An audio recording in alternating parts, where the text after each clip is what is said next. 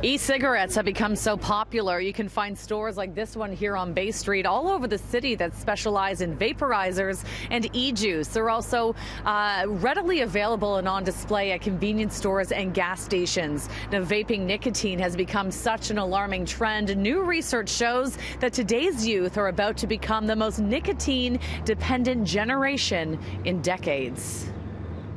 To be honest, I wasn't as hooked on cigarettes as I was on the Juul. Really? Yeah. You call it the Juul, is that what it is? Yeah, that's what it's the most popular e-cigarette. 20-year-old Mustafa has been vaping for a couple of years now and is part of a growing fad that new research is calling an urgent threat to public health. A study out of the University of Calgary suggests that for the first time in 30 years, the youth smoking rate has increased in Canada, with e-cigarettes being the suspected cause. Could e-cigarettes be a gateway to smoking the traditional cigarettes? Well, some of the research is certainly pointing in that direction.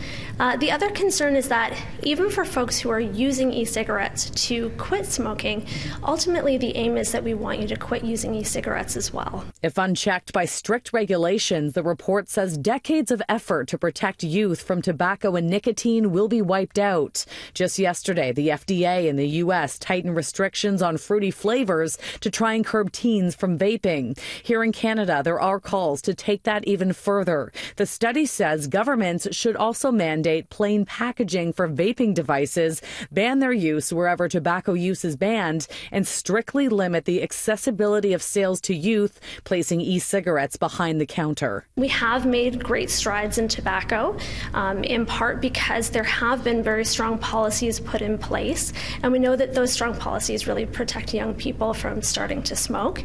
So we don't want to see ourselves go backwards.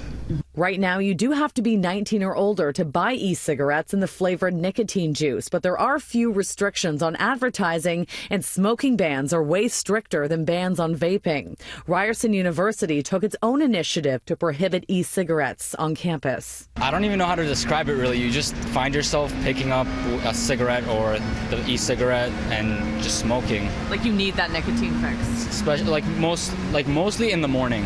Right when you wake up, sometimes you just pick it up and just start smoking.